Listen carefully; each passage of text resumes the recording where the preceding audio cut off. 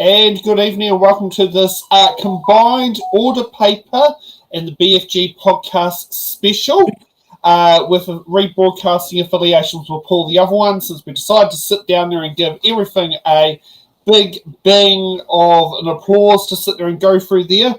Now this show has been specially brought due to the scrutiny week of the disability section with Whaikaha. I'm not going to be calling it the Ministry of Disabled People, because, you know, Whaikaha is what it should be, because that sounds a hell of a lot more positive. And so we're going to be covering what has happened through the whole thing there, with some jaw-dropping moments, because, I mean, and I'll be honest, I've not seen any of it yet, because some of us have business run. But I have been told that jaws have dropped in all sorts of things in order to make this show. And as you can see there, we've got Laura, who's on the screen there, and we also got Blake Forbes along with Nick Rani, who is joining us here. Now, I just want to ask Blake, if Paul hadn't gone on hiatus, would you have asked him first? We would have been all together, but yeah. So would we have been using Restream or StreamYards? I have no idea. Now, if you are watching the stream on Paul the Other One, feel free to send in some super chats. We'd like to know what happens if they auto-star when you go into Restream. I do know that they do that in StreamYards, but I'd love to see if they end up going in there. So if you are on Paul the Other One stream, feel free to send super chats. And he may or may not be along, so we'll see throughout the night. Oh, exactly. Now I've got someone who has just messaged me. Penalty for what? For indulging your children. Oh, God. Yes, apparently probably Louise Upson said if you buy takeaways, you should be benefit sanctioned. Is probably what I've guessed has circulated in the media. That doesn't sit there and surprise me. I remember prior to finding out I had dairy allergy, got questioned why I had chocolate milk in my fridge instead of normal blue top cow's milk. Hey, is that for real? She's saying that you shouldn't buy takeaways. Takeaways are a luxury. But see, here's the thing is, what is considered a luxury in a situation? Say you've just come back from the hospital, you've had a long day there because you unexpectedly was at the A&E, and you went and grabbed fish and chips on the way home with the Chinese. Why should you be penalised because you spent all day in A&E? I mean, shitty day, you want some deep fried food? Sorry, you can't have that. That's a luxury. Oh, yes, but you can, will air fryers soon be taken out of beneficiaries' houses? Mm. There's all sorts that could sit there and happen. And there, it's getting on there. So let's get to the panel and let's kick it off. We'll put it at 1.5 times speed. When something big comes up, that's when Blake sits down there and do it. And if you're on the partnership channels, Kiwi Scoot will be putting through the chats of the different URLs to the 3 different places. Please make sure you subscribe to all 3 of our channels. We need more subscribers. In the case of It's in the Ballot Productions one, we, for watch hours, aren't far off from being able to be offered partnerships, but we're still a long way to get to subscribers that would be able to allow you guys to do super chats. So let's kick off with what the first start goes. I think great to see an interpreter on the screen, and let's kick this all off.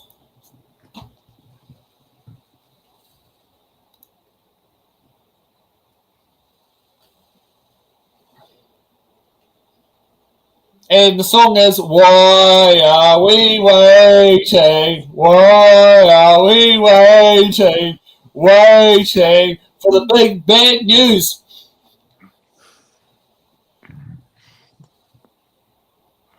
I mean, it does sit there and say that there's no words until 56 seconds.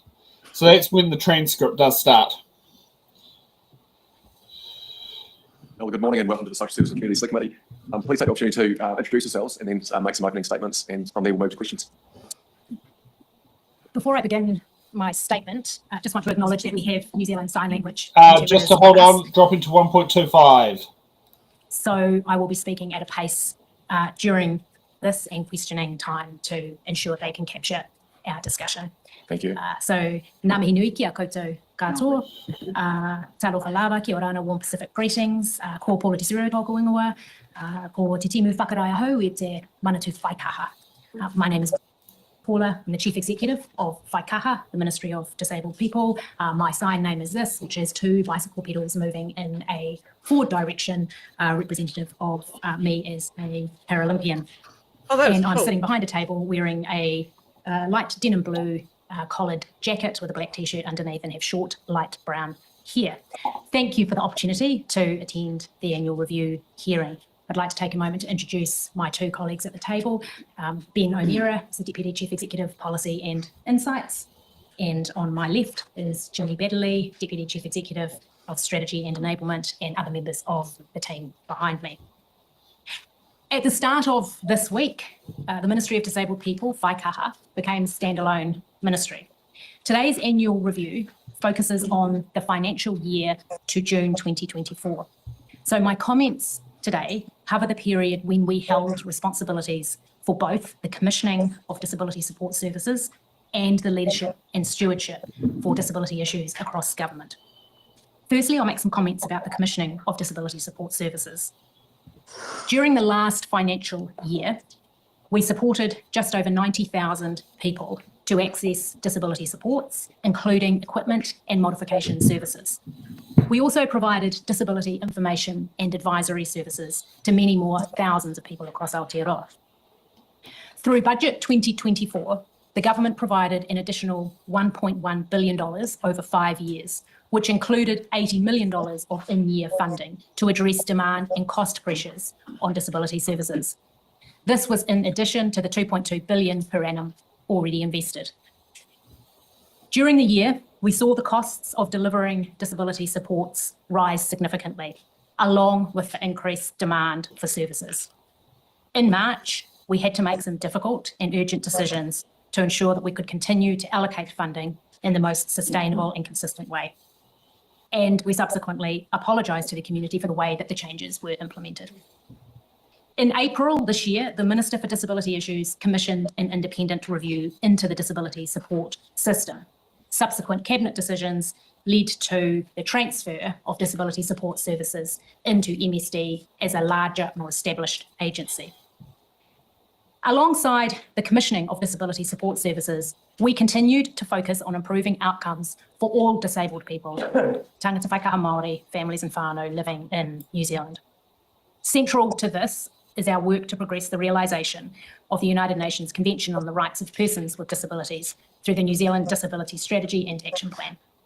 We've provided advice, built relationships and identified opportunities to advance those rights.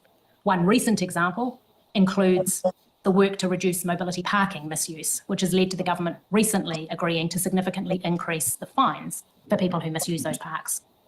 This year, we worked with our colleagues across government to ensure that the response to the Final Abuse and Care Royal Commission of Inquiry report had our community's central interests in mind. That work saw us during the year contract for quality and safeguarding initiatives that hadn't been in place before to keep disabled people safe. Acknowledging that our community needs investment, we provided grants for disabled-led groups and organisations to grow disability leadership capacity. Together with the New Zealand Sign Language Board, we allocated just under $200,000 in community grants to maintain and promote New Zealand Sign Language. We've strengthened relationships between the New Zealand Sign Language Board and its advisory body, Turupu Kaitiaki, supporting the development of an action plan for Turi Māori, Māori Deaf. In addition, we've set up a number of community advisory arrangements to support our key work programs, created a data and insights team to improve data collection processes, and yesterday celebrated that we held a series of talanoa with Pacific disabled people, touching over 1,000 people, carers in Ainga, to develop a national action plan for Pacific disabled people. And then within the ministry, of course, we continue to set up all of our systems, processes, hire a very diverse workforce where I was really proud that 42% of our workforce were disabled. We also led the Disability 4-point plan across government to increase the number of disabled people in the public service and improve their experience. And then this week, finally, we're also seeing the closing statements from the Waitangi Tribunal's Health Services and Outcomes Inquiry. We've engaged closely for the past year and a bit and look forward to receiving the findings. Looking ahead, for us as a ministry lies the opportunity for us to focus on the 1.1 million New Zealanders who are disabled, to make progress towards the vision of a non-disabling Aotearoa. Ngā mihi nui. Happy to obviously take any questions. Thank you very much. First question, Ms. Carmel. Okay, so let's kick off first with commentary from the opening statements. Was that pretty much basically spelling out the facts of what happened over the past 12 months? Well, for me, watching it back and watching it live, it was very awkward because she said a lot of things that she's been forced to say, because we all know she didn't want to make the changes. We all know the changes were forced upon her. We all know all the stuff that she mentioned and her opening remarks were forced upon her. Now, how much of that did she actually want? Probably not 95% of that she did actually want. Yeah. Nick? Yeah, thanks, Sam. I really, I mean, this is quite a personal thing for me, because I was definitely involved in the disability community around pushing for a very, very long period of time around establishing whaikaha. So I feel like this is a really personal discussion for me tonight. So I think the period of time in which we saw effectively the nobbling of whaikaha at the middle of the year felt really, really tough.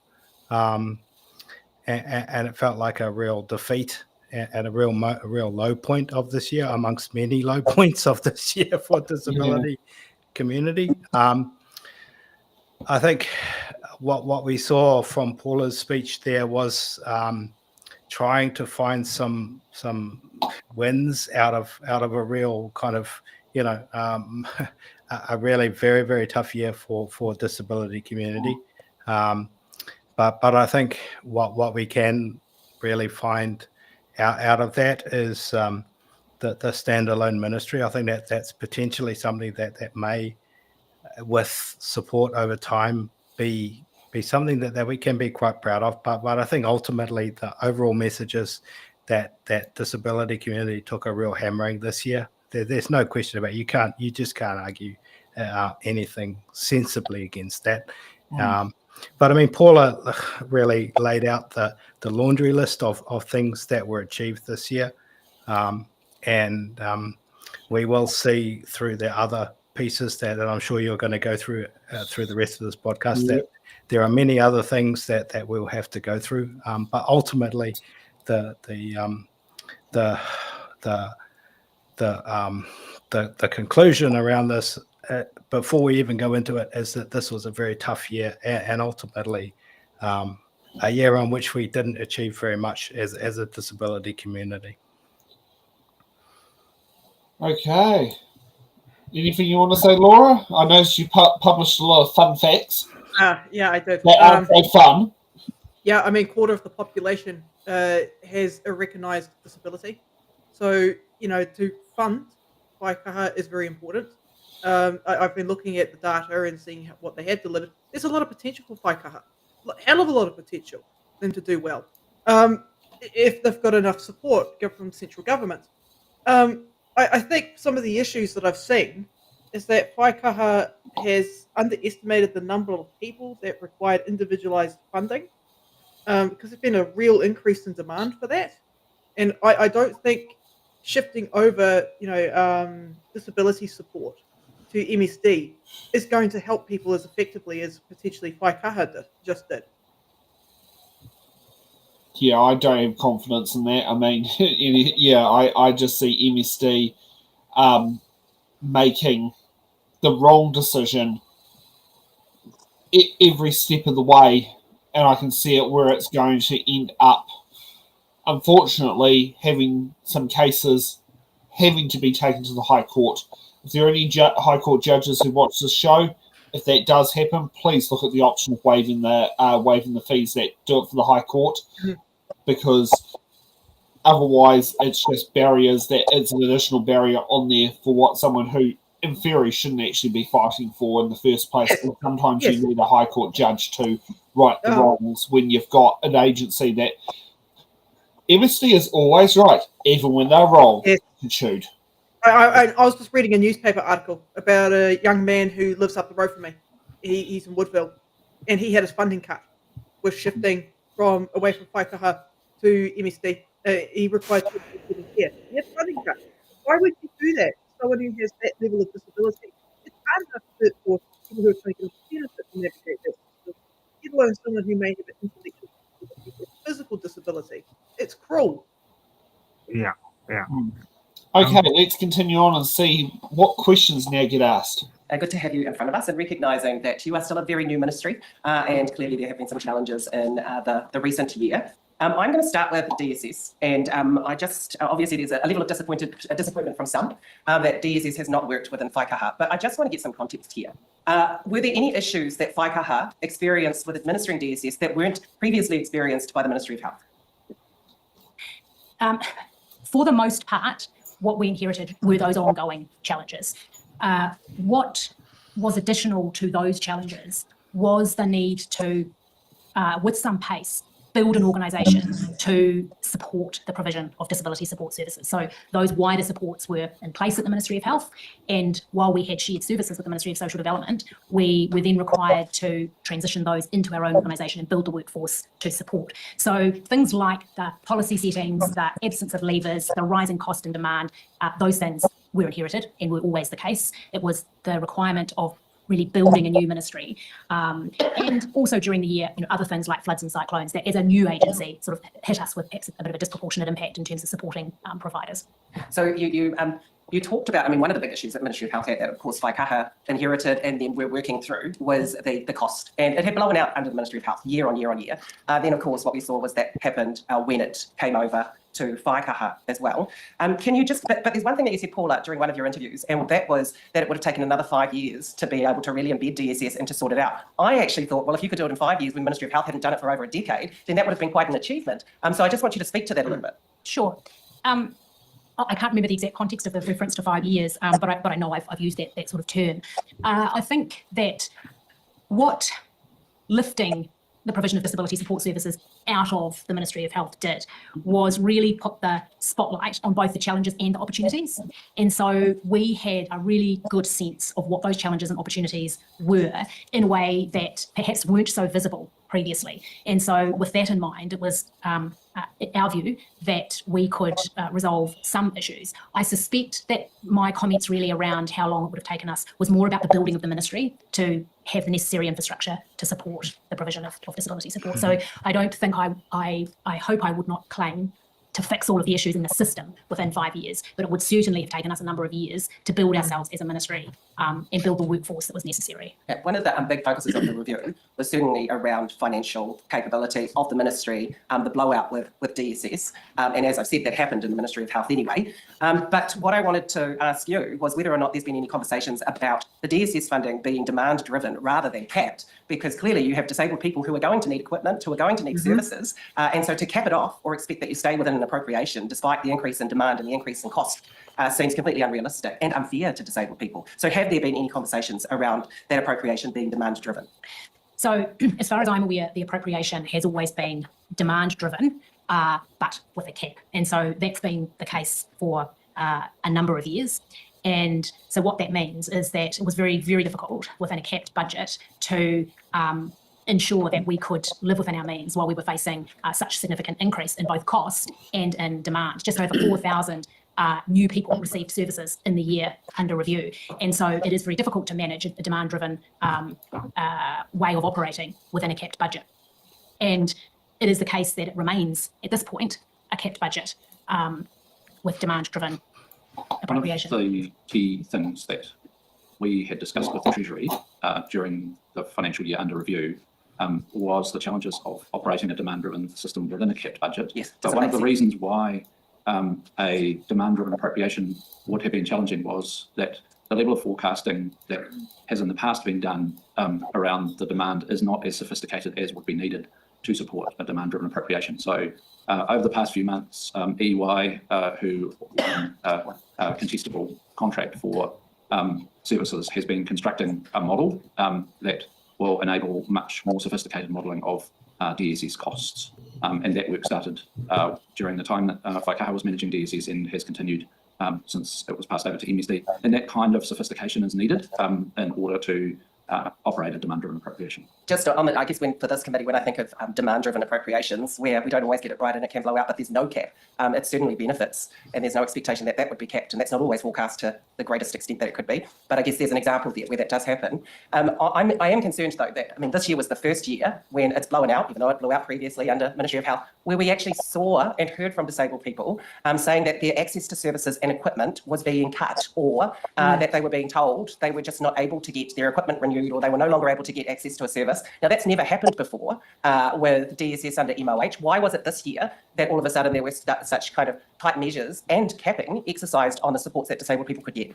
So I think there's a couple of things to unpack there. The first is, you are right, that including within the year in review, there has been a history of either topping up the budget when the service sat within the Ministry of Health, and that came from the broader vote health budget, or it was topped up through cost pressure bids. And that's what happened in the year in review. So another $80 million was provided to Whaikaha to address those in-year pressures. We were very clear with the changes that were made earlier this year that it was not about changing the allocation of funding that a person had. It was intended to slow the growth of the spend on individualised funding, because it was the only area of spending where there was any lever. All of the other levers really go to the heart of big policy settings that the government would need to consider looking at. And so we made some changes to the way in which individualised funding could be used. We also, at the same time, we were experiencing really significant cost issues relating to the provision of equipment and services. And so what we had to do there was introduce a prioritisation framework so that those with the highest needs could access equipment and within the funding that we had available. But that meant, Paula, that people could not get access to new wheelchairs when they needed them, and a whole lot of integral pieces of equipment. So they were effectively cut off from getting access to the types of support they would have otherwise. It would be fair to say that there will have been people who, through introducing a prioritisation framework, may have had to wait longer than is the case. However, the $80 million of in-year cost pressure funding was to really help go towards ensuring that those with the highest needs could access what they needed. Christian Kaurani. Oh, thank you. So, Carmel's questioning, trying to get to the bottom of it. I found Paula's reflection here quite disappointing, especially the bits around people having to wait. I felt that her answer here could have been a bit better. I don't know how Laura and Nick feel, but I found her answer to be a bit disappointing here. Yeah, for me, this issue goes to the very heart of what we've been dealing with since March 18. This is really the nub of the issue.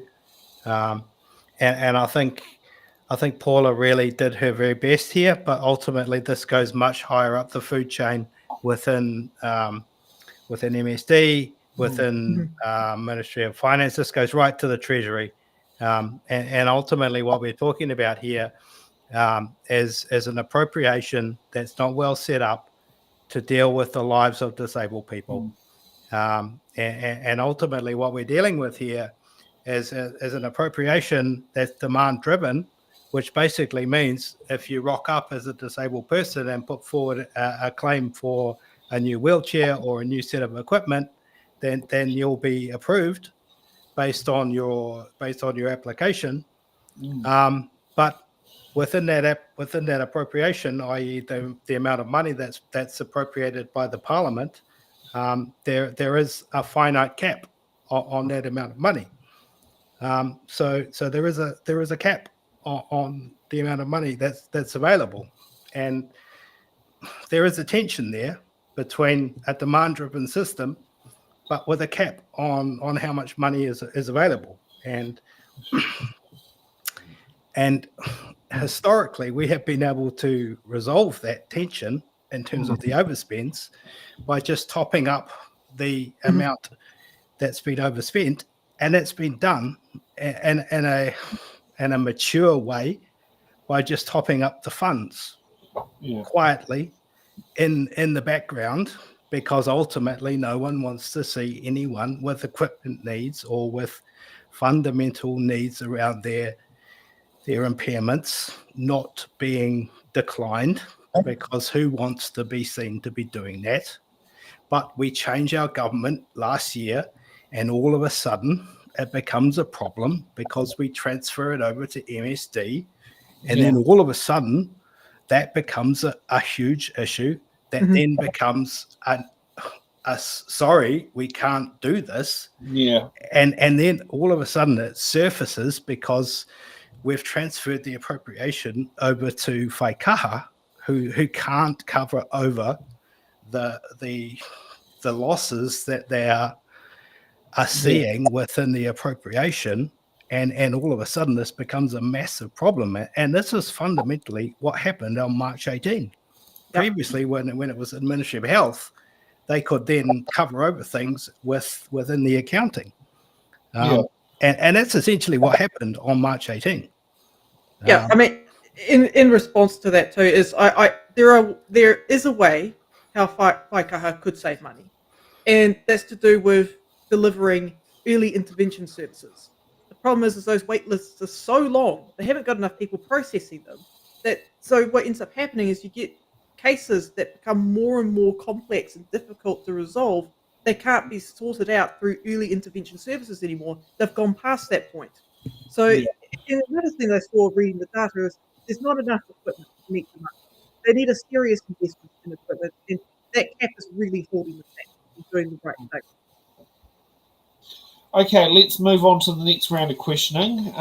We'll find out who it is. So I just wanted to talk a little bit more about the March 18 part. So following the March changes to flexible funding, which were criticised for the lack of consultation, can you outline the Ministry's process for engaging with the disabled community and sector before implementing those significant changes? I mean, we hear over and over from our disabled communities, nothing about us without us. I'm sure everyone here has heard that. So I guess what have you learned from the feedback you received, and how will that inform future decision making?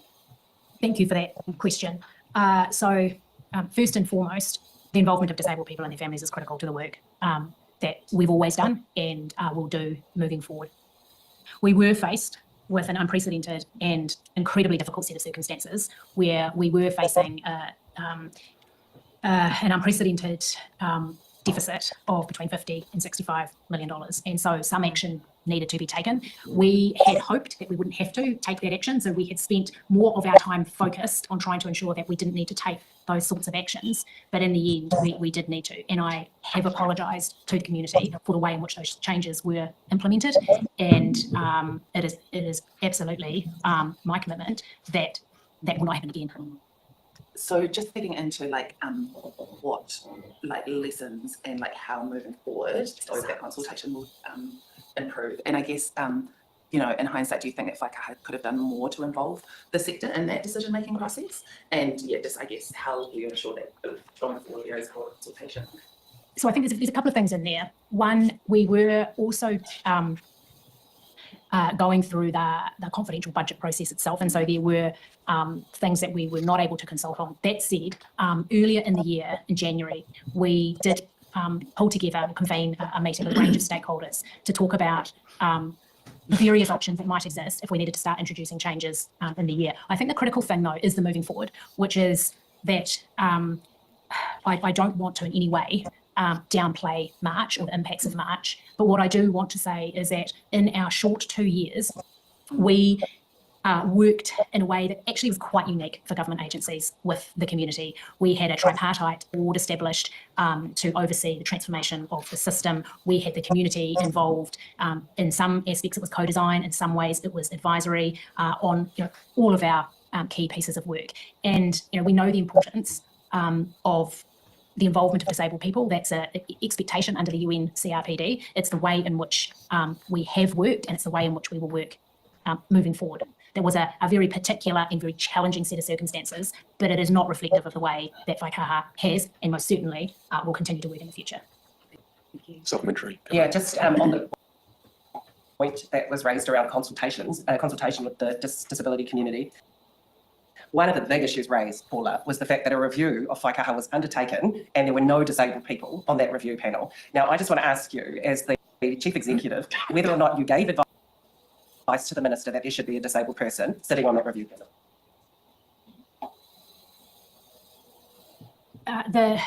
The composition of the review panel was determined by the Minister for Disability Issues, and she developed a panel of people that she felt could give her the necessary advice in a relatively short space of time of what could be needed.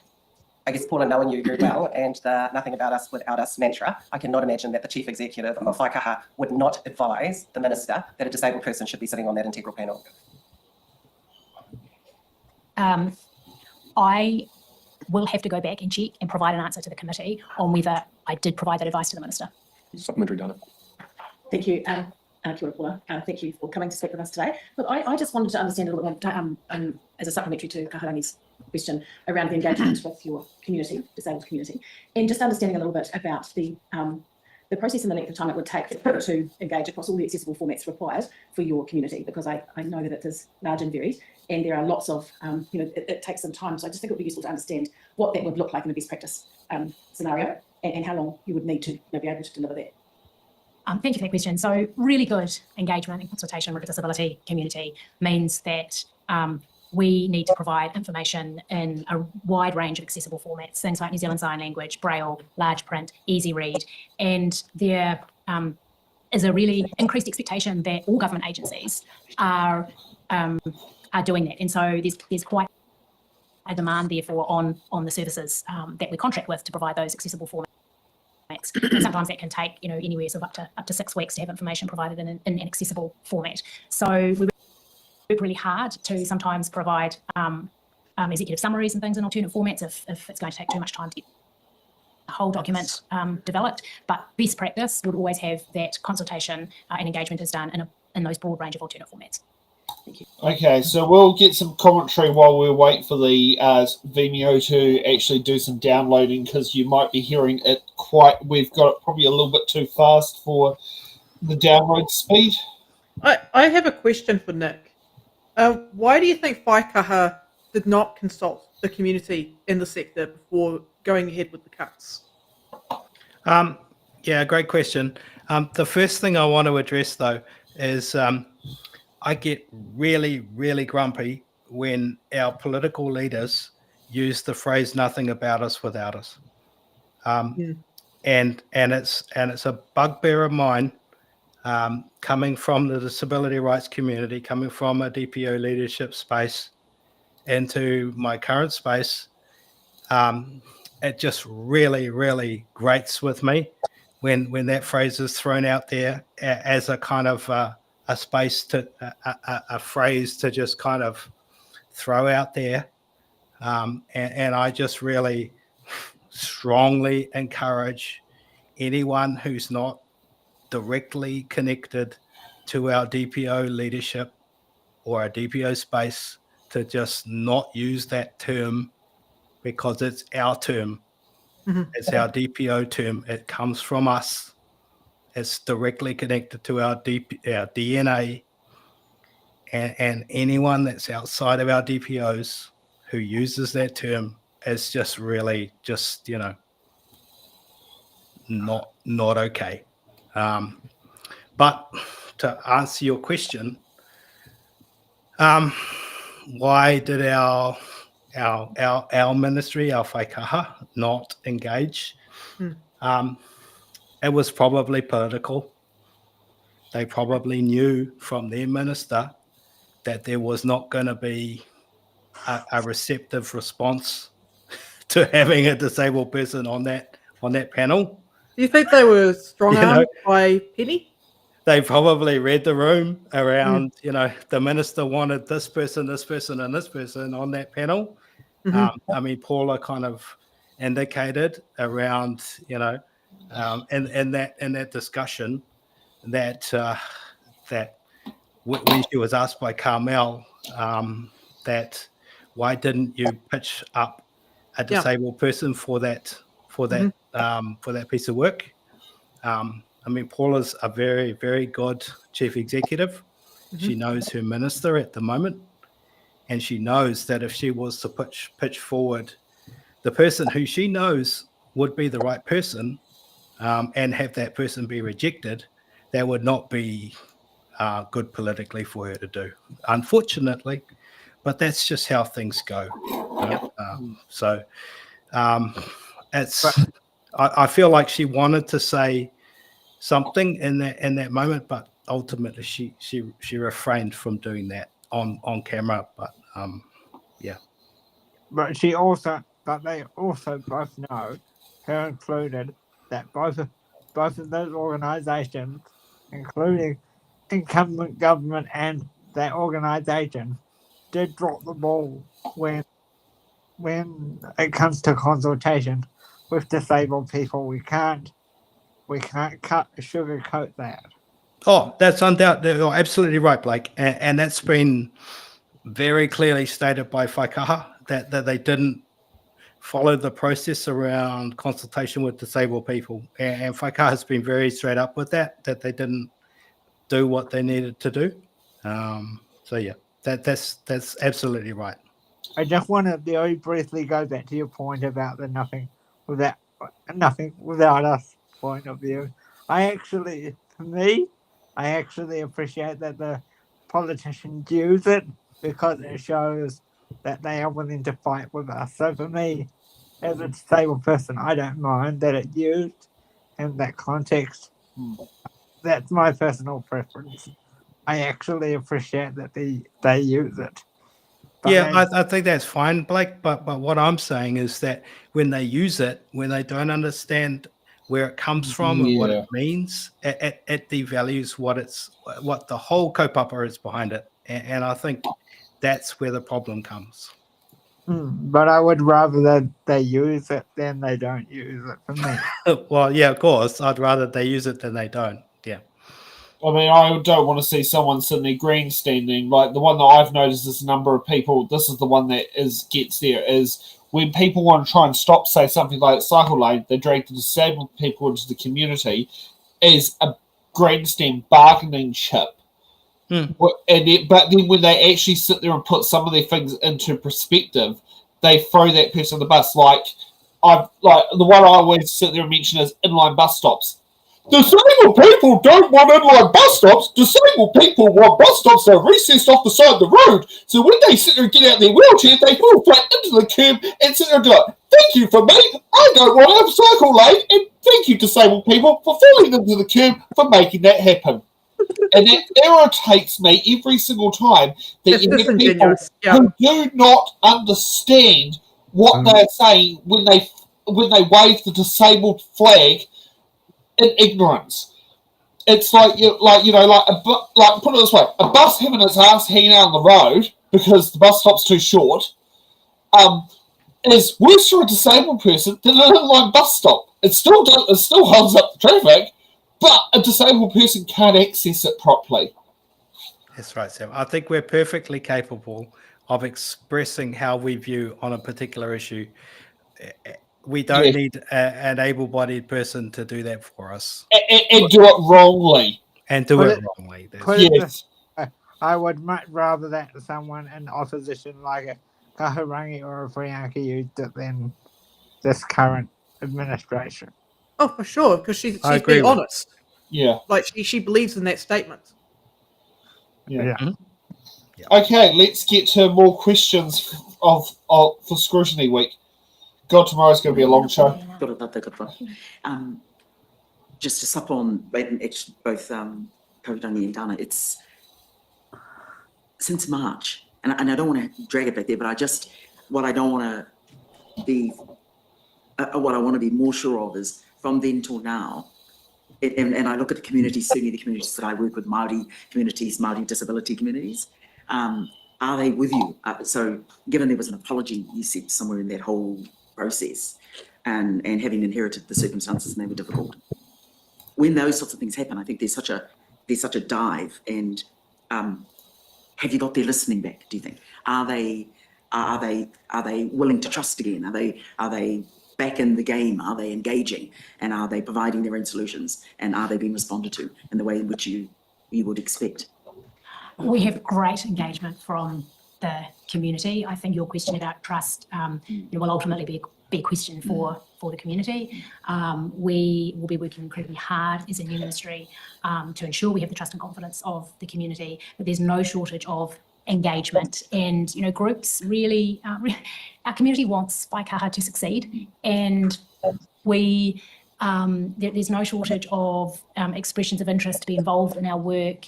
We meet regularly with, we have a fairly large strategic advisory group, and part of that group separately meets as a Māori caucus to also talk about Māori solutions to the things that we are discussing. We have a range of projects for the year in review where, as I mentioned before, and even beyond March, people were at the table. People came straight back to the table after March, and we acknowledged what happened and moved forward. So, there will be work to be done, that's for sure. But the community are at the table wanting to be part of the future and make the most of every opportunity to improve outcomes for disabled people, and that's what our work is all about. It's probably worth noting that the most difficult time to engage with communities is during the budget process. And so I think, if we had our time over again, and certainly the work that we did post the independent review recommendations coming out in advance of DSS being transferred to MSD, because it was early in the financial year at the time that those recommendations were implemented, we were able to talk to people about them in a way that is not possible during the budget process. So I guess, we're not managing DSS now, but the key learning that I would take from what happened is the importance of being able to discuss financial challenges as early as possible in the financial year, because once you get into the budget process, it is just very difficult for all agencies to share financial challenges with the community. Thank you. Supplementary, Paula. I felt, from what I heard from there was, and I might have heard it wrong, the disabled people forced themselves to the table. I probably have got that misinterpreted, but would something like that happen, where, say, you had Huhana literally beating the drum to be at the table? That's the impression that I first got when I watched this too, and when I watch it again now. Which basically means, someone sat there and basically ramroded the electric wheelchair through the front doors of Whaikaha to the meeting room. And Blake, if you did do that, please make sure you put a big glass shield, was it plastic shield that the police have on you before you sit there and do that? Oh, and wear a Nikki No Boats t-shirt too. Yeah. Oh, yeah. The thing that I picked up around that piece of the discussion was just the sheer complexity around the engagement process for disability communities. And I think it's really, like most other government agencies do a lot of engagement, but they really don't understand the level of complexity that it requires to engage with disability communities. Mm-hmm. And I think really and for me, this is really a point where I am actually giving a lot of bouquets out here to Whaikaha, because the level and complexity of the engagement that they have completed over the last 12 months, and even since they stood up, has been unbelievable. And also when you factor in what happened on March 18 this year, they have still came back to community, and they've really listened and they've heard the anger that has come back from community. So, I think, despite how much angst there is out there in community and anger around what's happened, the people that are working inside the ministry are doing a hell of a lot of really complex work, and they're working with communities that are that are really complex and that require a lot of really complex engagement. So, I mean, this is my day job. I mean, I do community engagement with disability community, so I understand the work that is required to do this work. Yeah. So, you know, so I mean, I'm really supportive of everything they do. I also hold them to account when they do, you know, when they don't get it right. But you know, I mean, I fully back them, but also hold them to account as well. But you know, I mean, they have to get it right, but we also have to hold them to account when they don't. You know. Does anyone get the impression that the guy on the side of Paula doesn't have as much empathy or knowledge for disabled as her? I'm getting businessman vibes from him. Yeah. Yeah, he's probably the accountant going, "You can't spend that amount of money. Get back over here." Yeah. So You're not balancing the checkbook. Yeah, look at the accounting equation. Look at The it's checkbook's not balanced. It's an overdraft. So yeah, I just realised that I spelt Kaihautū incorrectly in the chat. But anyways, yeah, I think it's great that they've appointed a Kaihautū. Yes, Kaihautū to the board to advise because it's really important to ensure that Māori people are getting the services they need, and because the majority of disabled people in New Zealand are Māori, and a lot of them have intellectual disabilities as well. That's one of the biggest disabilities we have in New Zealand, and you know, part of doing that. Listen, from a cultural standpoint with Māori, there's a key principle called manaaki. And so they're more likely to be empathetic towards those who are struggling with a disability than, say, someone like Imi Steve. So it's really important to increase funding and cultural services and community-funded services. Yeah. Oh, let's get on to more questioning. Yeah, this one irritated me, by the way. All right. Just a supplementary to Dana and the comments just made by Ben right now. Ben, I wanted to just go to the point of forecasting and clearly the need for a more sophisticated forecast system that you've mentioned so that we can avoid situations where there is such a large uptake and tracking. Can you speak a little bit more on that, please? So we've seen a growth in the number of people accessing disability support services over time. And we could supply the exact figures to the committee after today, but last year the growth in the number of people accessing supports was around 4,600. And that was more than the roughly 3,400 the year before, and that was more than the year before that, right? So the things that we understand are driving this are that New Zealand has an ageing population, and you know there are some disabilities that are associated with ageing, and the other thing is that as disability is a thing that is more widely acknowledged, and I guess people within communities are able to identify as disabled, more people come forward for government support within the system. So all of these people are eligible. And in particular, you know, we do have evidence that flexible funding, particularly those changes that were introduced during COVID-19, did result in more people coming forward for supports from the system. So those are the things that are driving the increase in demand for disability support services. Those are the trends that EY was working on to map over time and to understand, because it's not as simple as saying, oh, there's 4,600 extra people, because what we need to know is what are those people accessing, what services, what's the mix of services, how many of them are have 24-hour support needs, how many of them are just looking for some of the lesser supports like carer support in the system. So I hope that helps. Thank you. Thank you.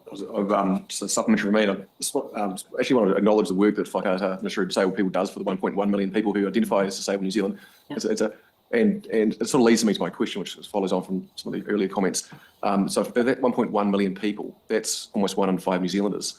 How many of those are accessing services from Whaikaha-Ministry of Disabled Peoples? And how many do you forecast will need to access or wish to access that over sort of the next few years? So you're right. So 24% of New Zealand's population are disabled.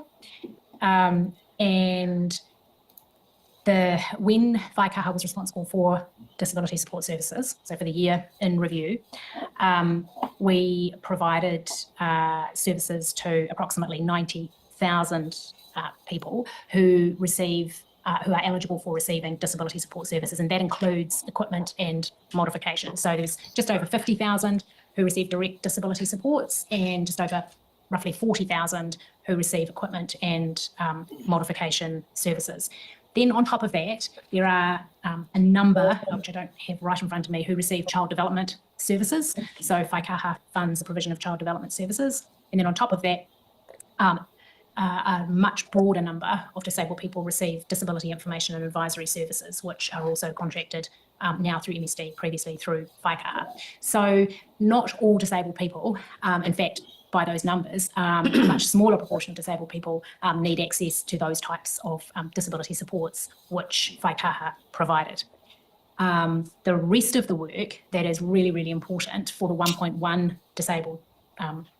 million disabled people in New Zealand is really making sure that all of our mainstream services, that every government agency, local government, employers, business, community, the way in which society constructs itself is accessible to disabled people. And that's where our focus is on now, moving forward, to actually make sure that New Zealand is inclusive and accessible for all people. What is a supplementary on that? Given that a lot of these, that education example, how many people are coming to your ministry asking for support when funding is available in other areas or other streams?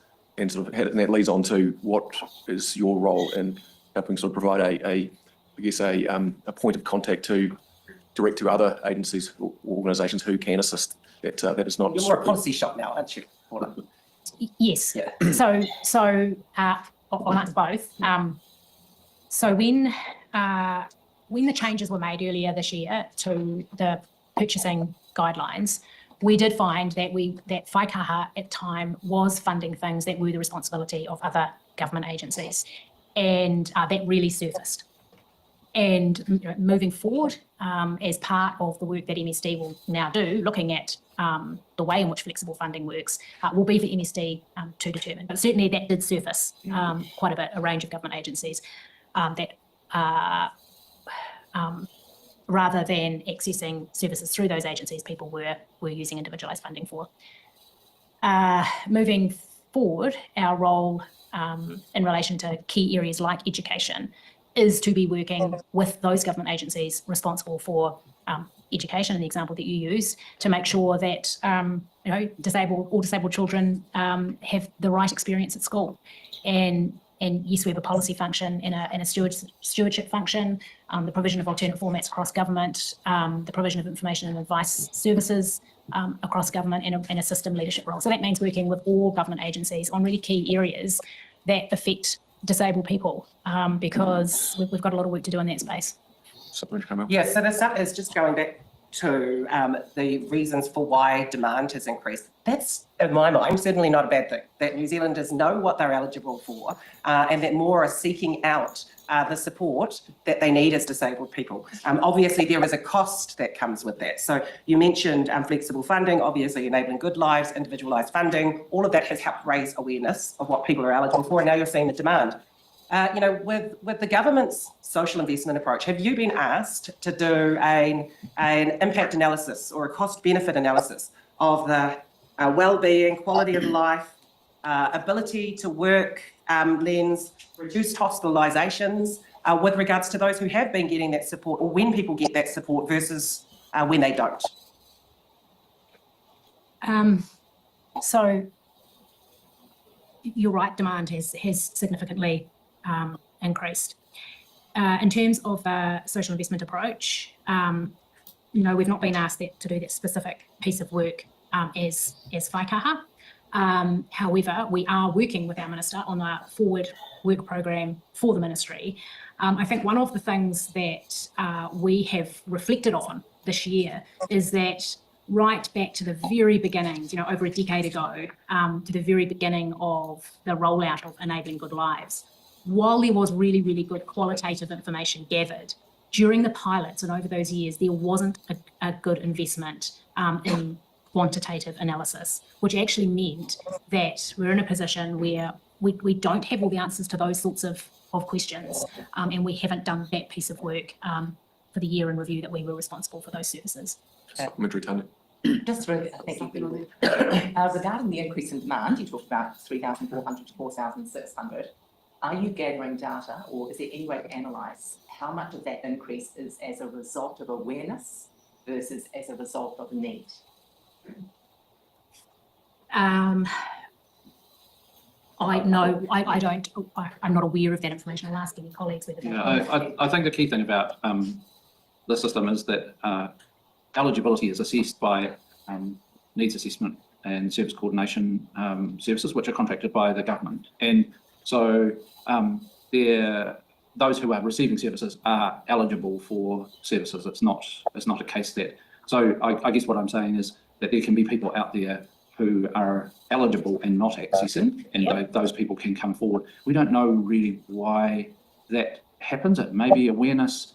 It may be that the services, through things like Enabling Good Lives, are better able to meet people's needs, and maybe that people's circumstances change. So, for example, one situation that can occur is that family and whānau support can be a huge, what we would describe as a natural support for disabled people, but as parents become older and are not able to provide that support anymore, then that can result in more reliance on the system. So it's a fairly complicated interplay between natural supports and the system. Yeah. The increased awareness. I was just wondering. Okay, let's get back to some commentary here. Blake, you're probably one of those people in that boat. As time goes on, you'll probably need more support from the system because your nana and your mum are going to get older. Yeah.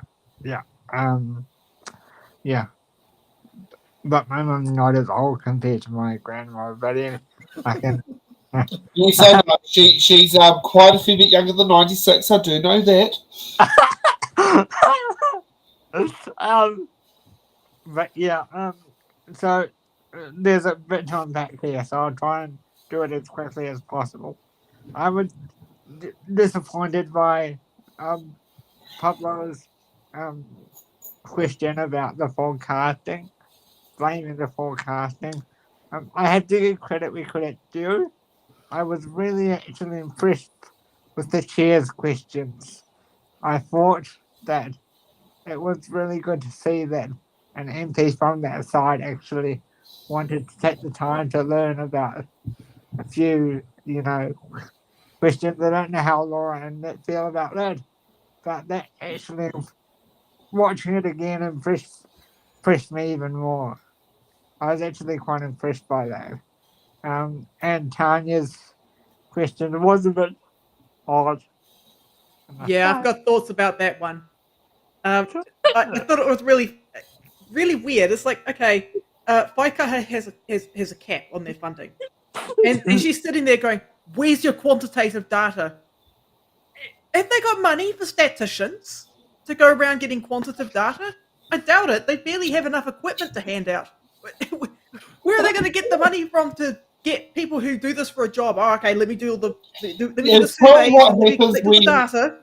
Yeah, I mean, you raise a good point, Laura. I mean, this is kind of like a medium-term issue, I mean, the house is burning down, like right now, and we are kind of talking about medium-term issues. But, I mean, this is kind of like a serious issue, and it does deserve like a little bit of attention because what we are talking about here is around unmet need within the system.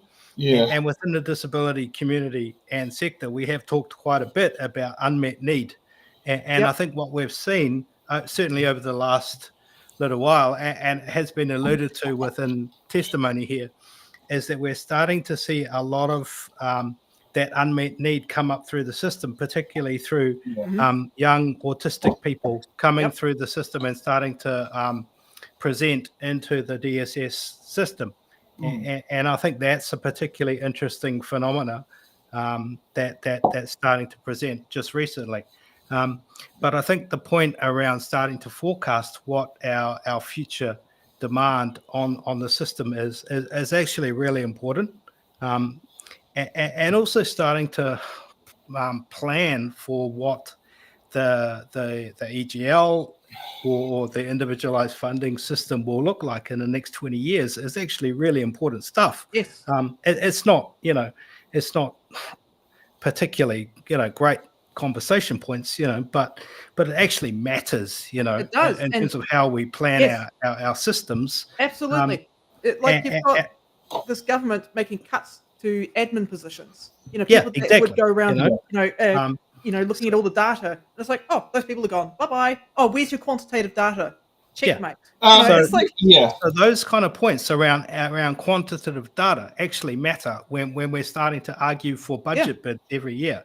So I think having those conversations around how many people are we going to have in the system every year, they actually matter, unfortunately.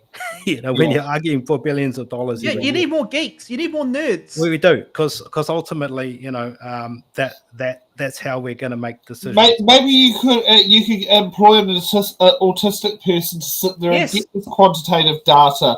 Considering me. I'll do it. Yeah, I'm fully for that. Absolutely. I know Linda McGregor sat there and said to me, there is going to be someone with autism is going to go out and look at the footage and count the number of people who attended the hikoi. Oh, it's already been done. Very accurate number. And she said someone is going to do it.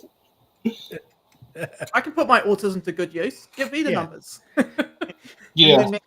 So I mean, just to pick that point up, I mean, just around unmet need within the health system at the moment, particularly in relation to disability, we just have no idea how many people are out there right now who are not accessing disability support services. Yes. And Paula made that point. She said, we don't know, and I think we need to know actually how many people are going to access disability support services over the next 10, 20, 30 years in order to plan to fund for the services, not just the money, but also for the workforce in order to support those people over the next 10, 20, 30 years. Yeah.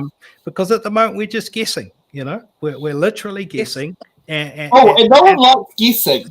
No, guessing is not good, in order to deliver services, because ultimately that's what, when that happens, we get scenarios like we had this year, Guessing is bad when you've got billions of dollars. Turn the tap off when too many people show up.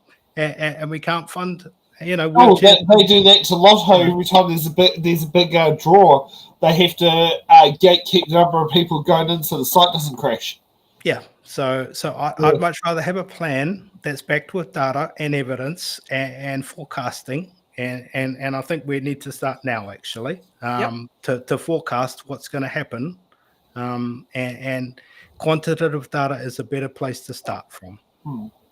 Okay, let's see what more questions coming up. How that was impacting, whether there was more awareness and that was bringing people forward more. I think absolutely. Awareness of disability has grown over time.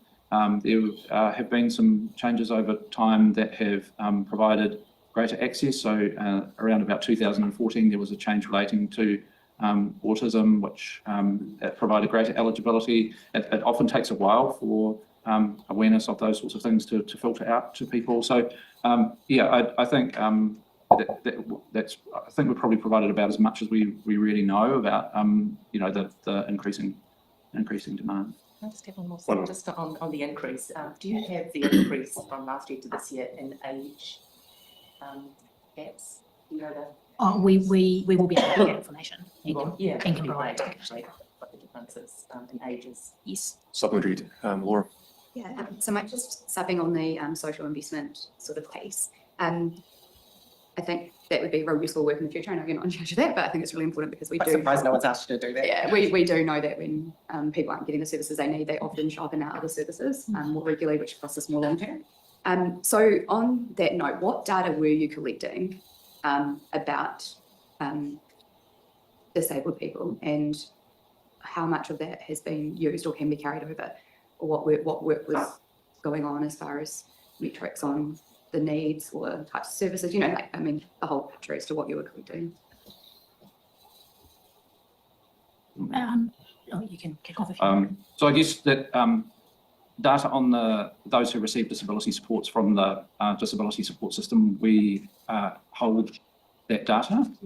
But probably the more interesting question is the wider community of disabled people. And so what we've seen increasingly in recent years, and Whaikaha is building a stronger data capability around this, is what's called the Washington group set of questions going into many more agencies' data collections. And so that's enabling us to collect more data about disability. Obviously, the 1.1 million number that we're working with at the moment actually dates back to the 2013 census.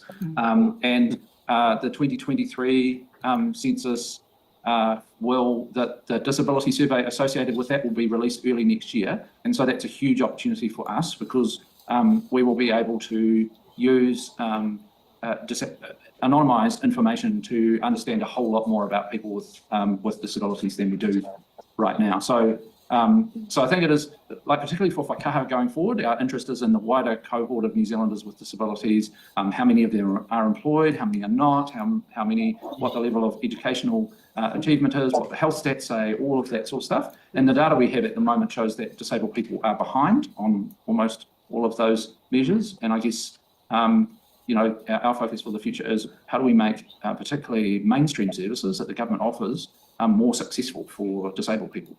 Two more supplementaries on Kaharangi. Yeah, thank Do we get to a new question? Yeah, I've lost track of where we're up to. Yeah, we're enabling good lives, and it's like, yay! Because this is something when talking to. This is a primary question. Yeah, this Sounds is, like. well, I was actually talking about what has been discussed here about how to actually get those services out to disabled people, and in a way that they've been consulted with, and from what I've heard from our disabled communities, Enabling Good Lives is a visionary transformation for societal change, and has been an amazing piece of work that's been done in collaboration with disabled people. And I know that Whaikaha allocated 3.7 million for the disability transformation and positioning the Enabling Good Lives as a strategic priority. Was that this year or last year's budget? It was. Did they get money this year? Yeah, this year. Oh, Yeah. So I guess the lack of progress in lifting the restrictions on the individualised care rates and expanding Enabling Good Lives sites has raised concerns for the communities. And so I guess I just want to understand with Whaikaha, the actual tangible process. Sorry, am I just? You should just go on the new question. That is a new question. You go with the stuff off you. You go for it. No, your question is. No, you just keep going. Yeah, Keep going. off you. I'll put all of us all. For the chair. How does Whaikaha justify the absence of that tangible process, particularly in light of the pause of the national rollout, and how does the ministry plan to address the resource constraints that have hindered outcomes of Enabling Good Lives and that individualised care that disabled people are saying will give them the autonomy to live those lives that they deserve? Thank you for that question. I'll answer parts of it, and it sounds like there might be some follow-up on that. So the vision and principles of Enabling Good Lives, there's sort of two ways to think about it. There's a set of principles, 8 principles, which ought to apply to the way in which any service and support that's mainstream is provided to disabled people. And so in respect of the role of Whaikaha moving forward, we've got a key role in working with other agencies to help them apply the vision and principles of Enabling Good Lives. Then what can be conflated but is distinctly separate is the system response to Enabling Good Lives with respect to disability support services is at its heart providing a personalised budget and investment in community capacity capability building. So there were 3 Enabling Good Lives sites. In 2023, Whaikaha drew down 73 million of funding that had been set aside on contingency, and a portion of that funding in the first year was spent on beginning the transformation work to bring that more direct approach to more people. So we invested in community capacity, capability building. We set up the transformation board to oversee the spend of that money. We did a lot of the preparatory work around what systems and infrastructure needed to be set up. We also invested in safeguarding and some of the workforce issues that we needed to support the changes. The money for this financial year, following Cabinet's decisions in August, have been transferred now to MSD, and future decisions about transformation will be made by the government in due course. Just to clarify, and I'll give it back to you, sorry, Kaihautū, that money from this year's budget was appropriated what year? Was it appropriated this year for Enabling Good Lives, or it was appropriated back in 2021, 22? It was originally, yes, as a part of the establishment of Whaikaha, yes. So it was appropriated in 2021 or 22? 20. And it's been taken off Enabling Good Lives this year and has been now pushed over to MSD to help manage DSS. So it was 2022. The previous government put the money on contingency, and then we drew that down in that 22-23 financial year to begin the work. Yes, you're right that the funding now has been transferred to MSD, and that's in line with the decisions that have been made by Cabinet, because it is critical to the Minister that the current issues in the disability support system can be stabilised and managed, and she has been really clear that that needs to happen, and that decisions about transformation in the future can be made. So the funding that has been transferred to MSD will in large part go to helping to stabilise some of those issues in the current system that I touched on. The DSS, not Enabling Good Lives. Well, that would be a question that the committee could talk to MSD about. I'm just reading the question by Kaihautū is a primary rather than supplementary. I've got another primary later as well. If you can put me on the list, that's great. Glenn, I think you had a supplementary off that. Yeah, no, thank you. And I'm based in Taranaki, and we've got a really strong disability community. Yeah, I meet regularly and champions of Enabling Good Lives, and I guess want to see it grow and improve. But in terms of the work your team has done in the past year, what has been the feedback they've had in terms of the, I guess, the pilots, the rollout, and the effectiveness of Enabling Good Lives? Ben, do you want to make some comments, and I'll add to those? So, I mean, the feedback that we've had from the sites in the time that they were managed by Whaikaha has been positive. The key thing about Enabling Good Lives and the rollout since 2013, I think it is that there were 3 sites and they all operated a little bit differently. And so one of the challenges we were working on when we were doing this work was, what does a nationwide model for this look like? And so as a part of that, we did some work which included supporting some work in Taranaki actually around a set of kind of community capacity building discussions that occurred for the next phase of the rollout. I think I'd go back to Paula's point, because I think it's really important. Enabling Good Lives has to be about more than just the disability support system, though. It has to be about the principles and how they can be applied across government services, so that disabled people are able to effectively participate really in all aspects of their life. So I think our focus for the future is going to be on EGL, not just in DSS, but more widespread. Okay, let's give a halt on that one while we can sit and get more commentary. Otherwise, we're going to be going here all night long listening to stuff that's starting to make me yawn. And I'd probably say all of us do feel like we're becoming yawnaholics and don't need to go to Yawnaholics Anonymous meetings after the show. Yeah, I'll give some credit. I've actually been, I don't know about Nick or Laura, but I'm impressed by a majority of the government-sized questions. I think I would agree with you there as well, Blake. I do agree. It does feel like it's a fact-finding mission, not a Patsy question drive. And that's probably because the people being questioned aren't ministers, they're CEOs of government departments. What about you, Nick? I've been impressed by some of the government side questions. I think they're well thought out. Yeah, I think probably some of the questioners around that are as uninformed as our as our ministry side, but that's okay. I mean, I'm just going to make some personal statements around this. I think that EGL is probably one of the most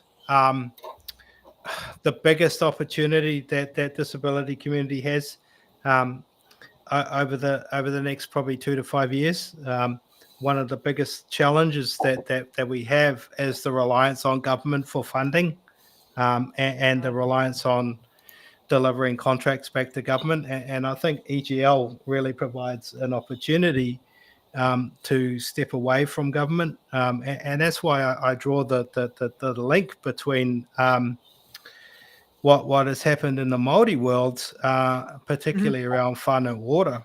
And I think there are significant parallels to be drawn, and also learnings to be made between what's happened in whānau ora and also in enabling good lives. So I think if our disability world can link up with our Māori world, particularly through our tangata whaikaha world, we have a huge opportunity in EGL to do so much and to really chart our own path around how we deliver services back to disabled people, family and whānau. So for me, I'm massively excited about what this presents. It's going to take huge leadership and huge real guts around this one, because ultimately we're going to have to make an argument back to government that they're going to have to give us billions of dollars. So it sounds to me that you're in favour of more like a community-owned approach. So having EGL owned by the community that utilises it. Yeah, absolutely. Yep. I mean, I think it's clear, right? If you look at what's happened every time that government has owned funding back to disability community, it's been a total failure every single time. So I think what we're going to have is the funding go back to the community, just like it has with whānau ora. But one of the biggest challenges around that is ultimately going to be around building the capacity of the community in order to receive that funding and also to deliver it out. And that's going to be the biggest challenge over the next little while, because we're just not ready to receive it yet. But that's a challenge that I think community is up for. It is difficult because when you look at community-run programs, it's like there's a bit of council involvement there as well, where they have to provide support in terms of funding and stuff like that. And of course, councils are ridiculously underfunded.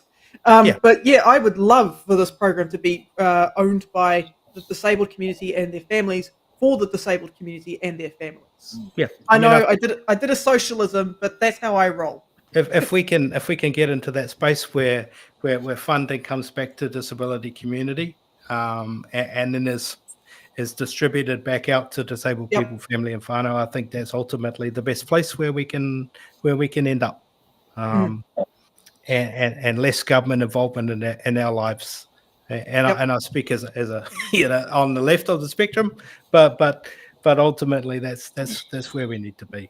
Yes, so similar to a Māori model. Exactly similar. Yeah. Okay, let's continue on to hear more. And Paula, I understand this is out of your hands in terms of what's happened with Enabling Good Lives, but I guess the question, you said earlier about never again will you, in terms of the consultation process, happen how it did. I guess in terms of what you'd say to those communities in terms of enabling good lives, in terms of advocacy from you as a ministry to ensure that if it doesn't continue, what work can be done to ensure that, the whole nothing about us without us will continue? Well, I think even before that, the rollout stopped, hasn't it? It's paused. It has paused, so it's not even happening at the moment. So the pause of the way in which disability support services is delivered through an Enabling Good Lives approach, has paused. The minister's made it really clear in her statements and in the decisions that Cabinet have made that the government remains committed to the principles of enabling good lives. All right, the last supplementary was Thank you Kaihautū. so much. So I know that Whaikaha had signed agreements basically to advance enabling good lives, and it sounds like that is going to be something that not only Whaikaha might do, but it might be an across government thing, which is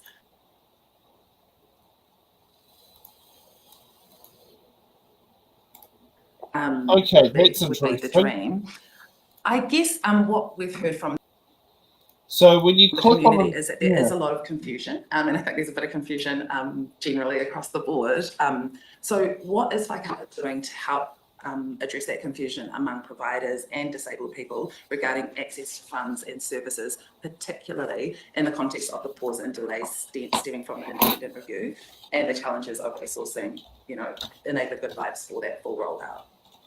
Oh, well, I think there's a couple of things. One of the new responsibilities that we have as a ministry is to provide an integrated source of information across government for disabled people. So that will see us in future as we build this to be able to sort of help people navigate their way across a range of government services. So we'll have a role in that. And we also have a really critical role in upholding the principles of enabling good lives as an organisation ourselves, and in working across government to promote and raise awareness of the principles of enabling good lives. And very recently, the team had a conversation with the National Enabling Good Lives Leadership Group about, well, how moving forward might we do that together and raise that awareness across government agencies. New question, Māori Whenua. Yes, kia ora. Māori with disabilities. Can you just talk a little bit about your strategy to, in a cross-sector way, addressing inequities, especially inequity for Māori? Need to know what you're thinking in your strategy and your planning is, Paula, in that way, particularly for Māori with disability. Thank you for that question. So we had the privilege this year of appearing before the Waitangi Tribunal and as part of the Y2575 kaupapa inquiry, and really acknowledge that there is much more work to be done to achieve equitable outcomes for tangata Whaikaha Māori. What Whaikaha is really committed to doing moving forward is building on some of the good work that we've started. So in terms of building ourselves as an organisation, in order to do that work well, is we established the role of a Kaihautū, Ronelle, who is here, and Pauarehi, to really help guide me and the leadership team to ensure that we're doing what we need to do. We have, as part of our forward work program, building a cultural capability within the organisation, because everyone in the organisation has a role to play in improving outcomes for Māori. We also, next year, will be beginning the work on the refresh of the New Zealand Disability Strategy, which is will be out of date next year, and that's a really big opportunity to be engaging with all disabled people and to be working out an approach with Māori about how to ensure that there is a much greater visibility of the needs of tangata Whaikaha Māori in that strategy, because one of the criticisms of the current strategy is that Māori are less visible in it. So we're absolutely committed to making sure that changes in the forward-looking strategy. So I think that's probably what I can say for now in relation to our forward. So if progress beats process, if strategy is important, plan is still important, and then but progress is the most important. As these things develop, it's like in my mind anyway, and certainly what I hear from our Tangata Haiola and Mana Haua and the groups, particularly in Te Kaitawhera anyway, is, and in the meantime, what's happening then? In the meantime, these inequities, they just pile. They pile because we're Māori, and then they double jeopardy as they pile because we're Māori with a disability. So in the meantime, how can we enable anything? It sounds good. It's the application of those things. And that's what I mean by progress versus process. Yep. How do we get that landing on the ground? So things are visibly, tangibly, and actualized in the today. It's as close as today as it can be. I kind of want to, can you just give me more?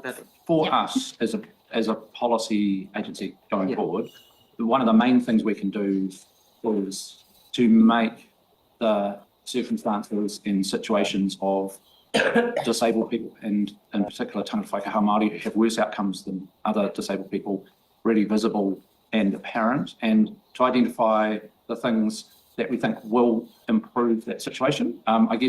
I guess that's really our role, is to use the data and evidence that's available to keep these issues in the front of people's minds. That's really the role of a policy agency, and to try and identify what the best solutions are for that, and to work with other agencies who do have that implementation responsibility to make sure that they haven't put the disabled people are front and centre for them. Yeah. Thank you.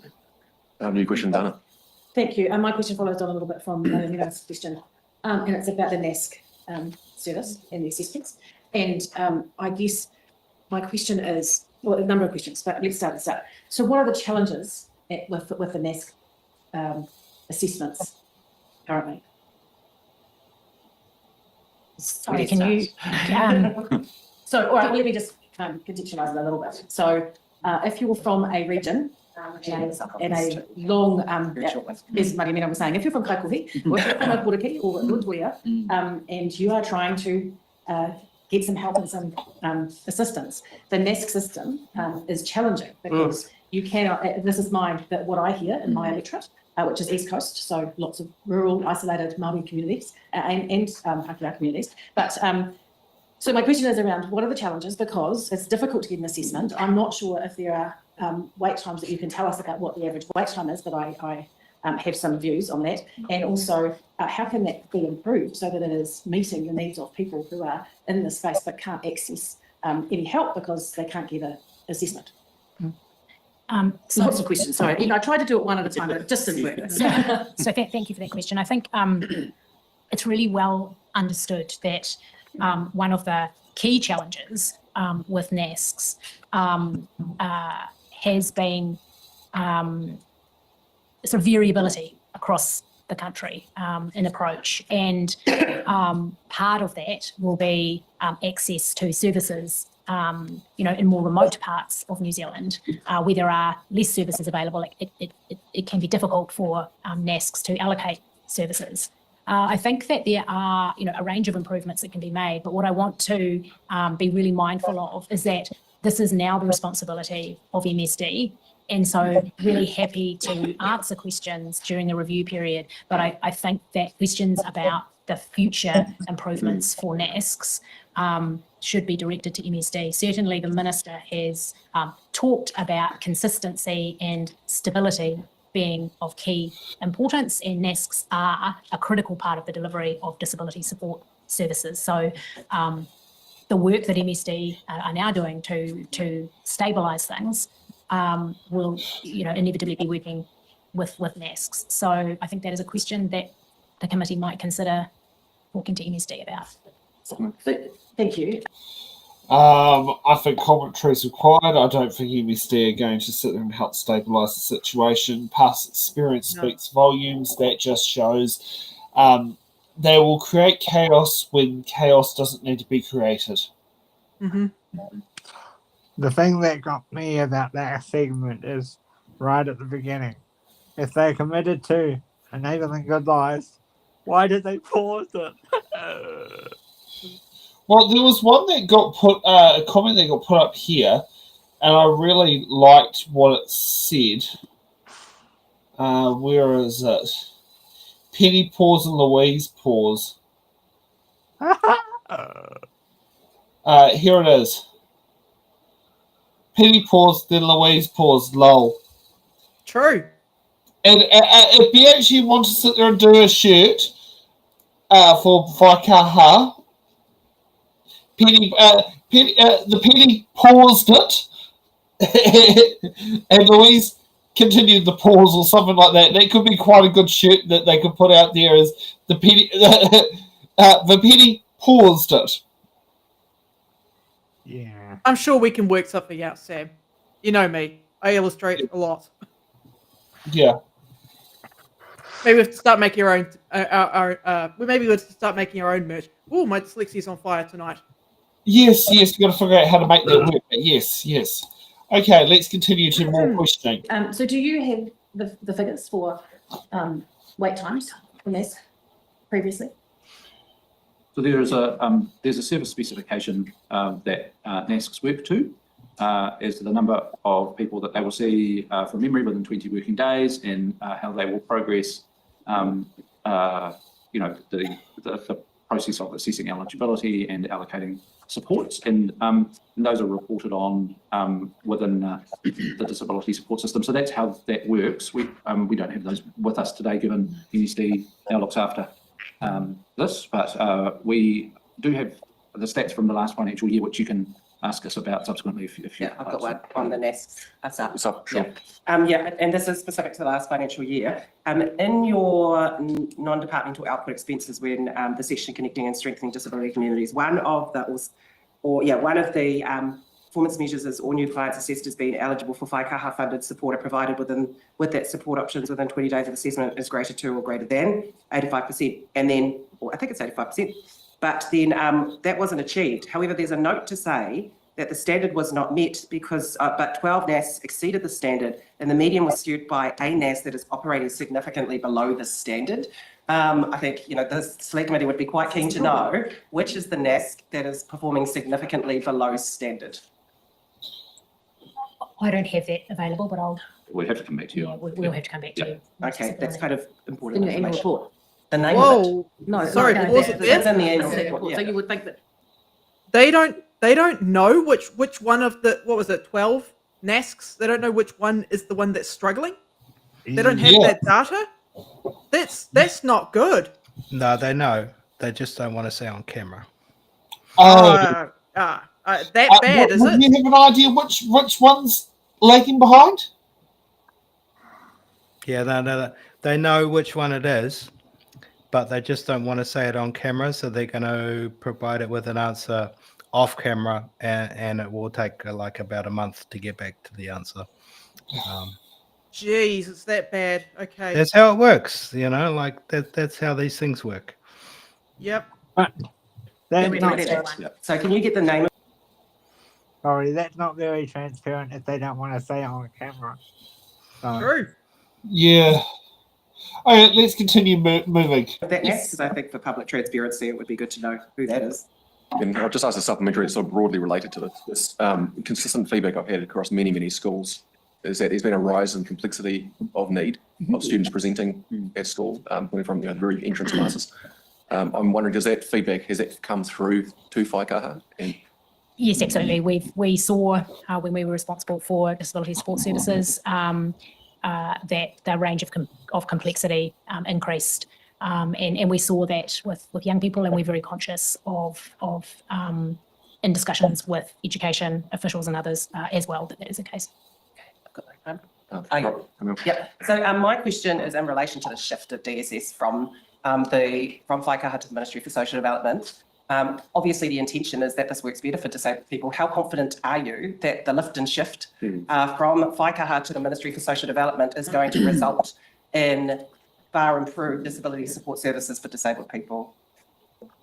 So I think that I've sort of often talked in the latter parts of this year about the fact that we still had 30 years of building the ministry.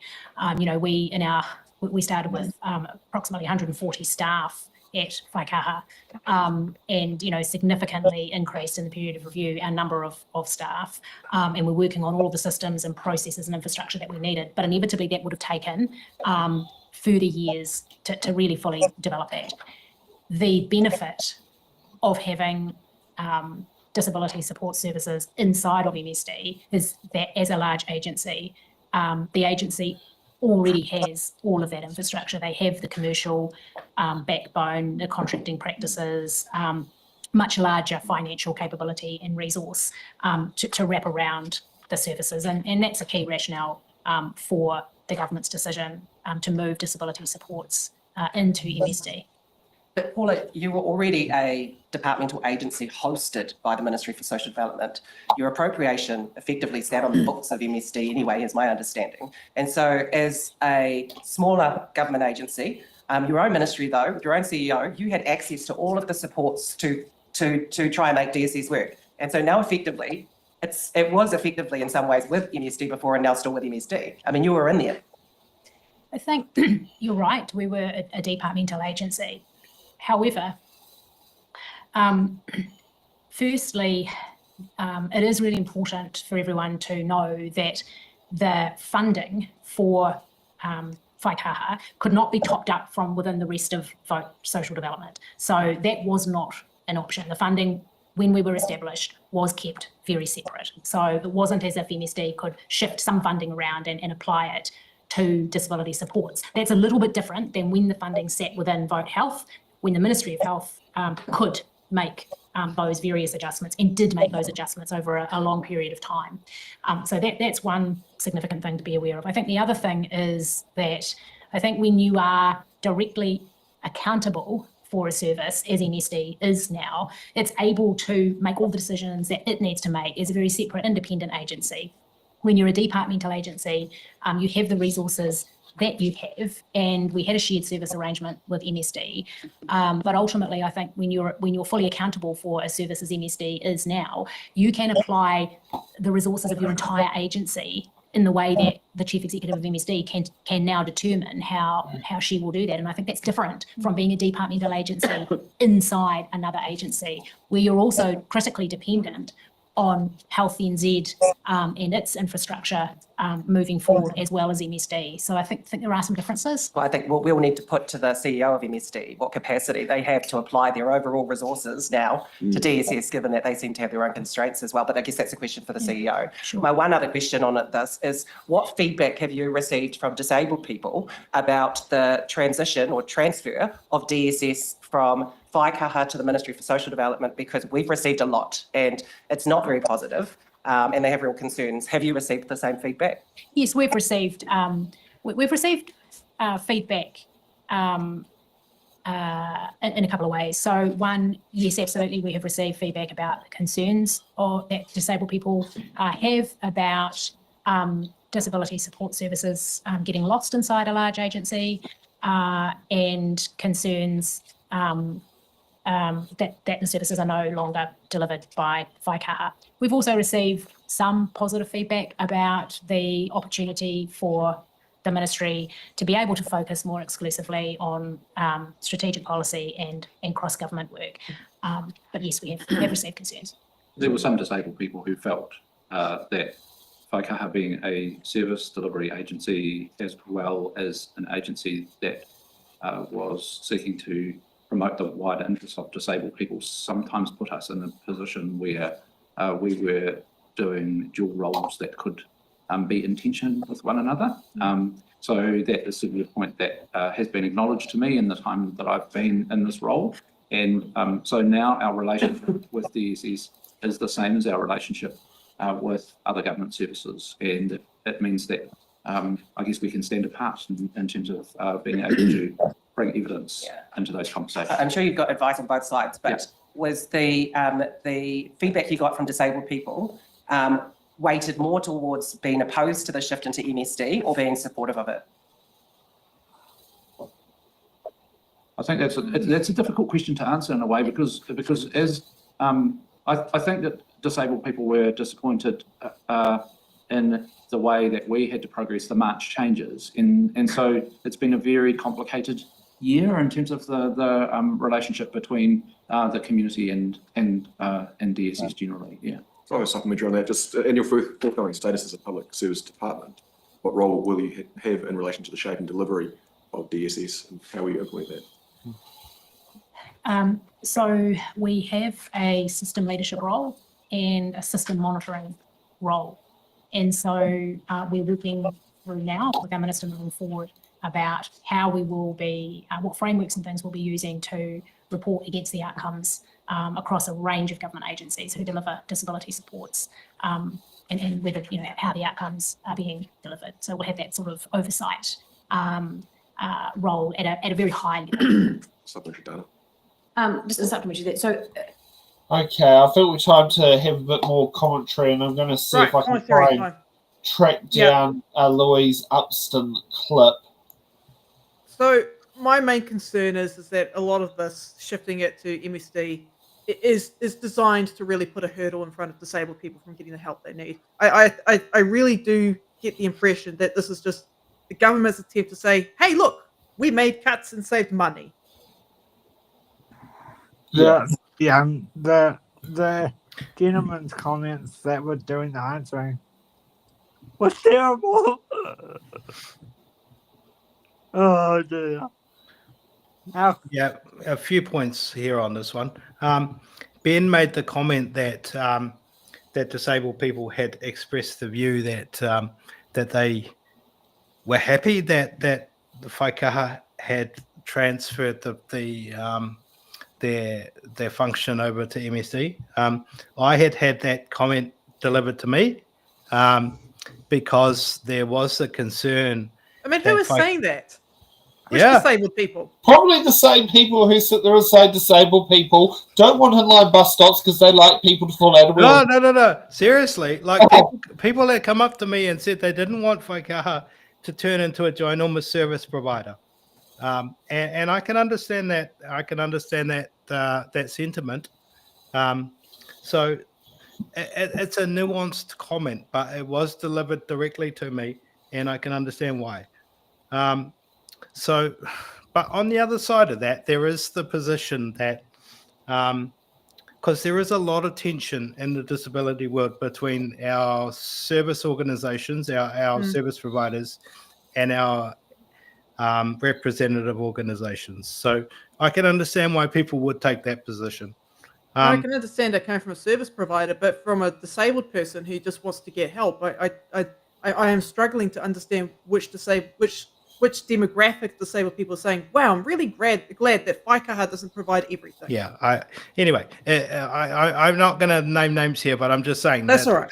There was a We position. can name names in the private chat and we'll keep it to ourselves. Okay, all right, maybe later. but the other position that I'm also thinking about here is fundamentally when MSD's position around contracting is to put contracts out to the market to deliver services or to receive services back to receive the most amount of service or outcomes back for the least amount of money delivered or spent. They have a very kind of capitalist, kind of right-wing view on how to deliver service.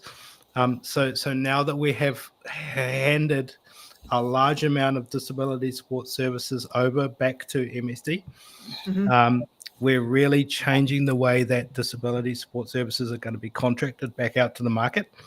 And I'm not sure really that that's widely understood. Hey, I mean, you went from Whaikaha being the one-stop shop to now MSD being the one-stop shop. You just basically got a worse version of what you had before. Well. I mean, when Whaikaha was contracting, they had a really interesting way of contracting with the market. Their way of contracting was new, and it was very kind of. They had a particular way of engaging with our service organisations and our disability organisations that was really built from the ground up. And it was totally different from almost anything that was going on in government. And it was quite different. The way that's now going to take place over at MSD, like literally one floor up within MSD, because it's literally like they're literally changing floors, same building, it's going to be totally different. They're now going to be focused on achieving the maximum amount of outcomes for the lowest band. Yes, and we all know how that. And we all know how that story ends, right? You added a bureaucratic hurdle. Now you've also included a physical hurdle because it's one story up. Exactly. So we've totally changed the story around how we contract for disability support services. And it's great for the bottom line, but ultimately our disability community ends up, on the west, on the bad end of that story. But the column, the profit column looks a little better. And I think ultimately disabled people end up worse off as a result. I'll tell you of this change. what my fear is. My fear is that the same thing that happens at WINS is going to happen to disabled people who access the new disability services. They're probably going to walk in and go and be met by, "Are you sure you're actually disabled enough? We don't believe in your doctor." Yeah. Yes, that's what I'm saying. Now we got the minister, the lady herself. Watch it. Coming to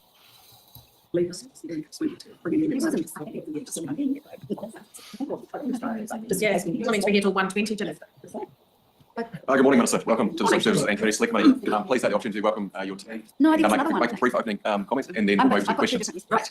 Thank you, Mr. Chair. So I want to start by acknowledging the Chief Executive, Debbie Power, who's sitting to my right, does a fantastic job of leading MSD, and the Deputy Chief Executives who are here today, Viv Rickard, who looks after service delivery. If you can wave when I name you, Simon McPherson from Policy, Marama Edwards, Māori Communities and Partnerships, Sasha O'Day, who looks after Strategy and Insights, Tracy Boyce, I'm not sure you would have met before, from Transformation, Nadine Kilmister for People and Capability, Melissa Gill, Organisational Assurance and Communication, and also a new addition to the team, Chris Funny for Disability Support Services. So because the session is obviously the annual review for the 23-24 financial year, I'll be focusing my answers related to the year completing 30 June 2024. And I do want to acknowledge some of the work done by MSD during the year in review, where they supported 71,000 people off benefit and into work, answering close to 4 million phone calls, funding community support services that were accessed by over 135,000 New Zealanders, processing 242,600 student loan and student allowance applications. This is on top of all of the work that's well underway to have 50,000 fewer New Zealanders on a job seeker benefit by 2030. This is our government's focus because we believe the default position of our welfare system should be that if you can work, you should. Yep. And this is because we cannot afford the social and economic cost of large-scale welfare dependency. And actually that has a significant human cost as well. At the end of June 2024, there were around 380,900 people receiving a main benefit and around 196,400 receiving job seeker support. The latest Benefit Insight report estimates that people under the age of 25 on a main benefit will spend on average about 20 more years on benefit over their lifetime. In February, I made my expectations clear that benefit sanctions should be fully applied to incentivise job seekers to fulfil their work obligations. This year, a suite of new Kōrero Maki seminars were also introduced. They are the new business as usual and a key part of our efforts to make sure people on benefits are engaging more regularly with MSD and actively taking the steps they need to find work. The Let's Talk Work seminars are for people who are new to the job seeker support and are work ready but not in case management. They occur within the first 2 weeks of their benefit starting. Job seekers learn about the employment support that is available to them and get one-on-one help to plan their next steps for finding a job. The work check-in seminars are for those still on job seeker support after 26 weeks. MSD catches up with them to discuss what progress they have made to find work and check what support if they still have additional needs. There is much more work ahead of us as we implement our Welfare That Works reforms, but I do want to acknowledge the amazing work done by MSD already over the past year. I also want to acknowledge the work that has begun on reviewing the accommodation supplement and the role it plays in supporting lower income households. This will include looking at the zoning issues that limit how much financial support some people can get in areas where there has been rapid urban expansion, and Queenstown is a good example of this. Our government believes it is right that the accommodation supplement exists as a safety net for those who are really struggling, but there is merit in considering whether the settings for the support are fair and sustainable long term. Thank you, Mr. Chair. I'm happy to answer your questions. Thank you. First question, Carmel. Okay, how do you think our opening statement went? It seems to be like, All I got from that was bash beneficiaries, bash beneficiaries, bash beneficiaries. Look at these people. They don't know how to find a job. Bash beneficiaries, bash beneficiaries. Forget about the fact that they may have qualifications and they can't find a job that matches their qualifications. Let's keep bashing them. No, we won't have time to get to all of it, but I will warn you that she jumps back and forth between this and Whaikaha if you want to watch it later. Oh, God. I love how she quoted a weekly beneficiary report, a benefit report that MSD publishes on its website, which is now not available, which has now been pulled because they've fired so many staff that they're now no longer able to publish the report. So that was nice of her to quote a report that's now no longer available to be looked at. Yeah. Oh, well, that's very convenient. Let's start listening from Louise. Thank you for being here. I know we don't have much time, so we'll try and ask very quickly. And we've been given limited stuff so that we can get more questions through. So my question's in relation to the 50,000 fewer people on job seeker support target. And firstly, just making the point that when the targets are reported on, this is the one, I think it's the only one that seemed to be at risk of not being achieved. But secondly, going through the annual report, I see that in at least two places, there's going to be a reduction in terms of targets because of the economic conditions and those employment outcomes interventions not being able to be achieved. And so I'm wondering how you reconcile that a reduction in the targets with this, as the Prime Minister has said, very ambitious target of reducing beneficiary numbers, which is looking less and less likely to be achieved. Yeah, so thanks for your question. So absolutely, it's ambitious, always has been.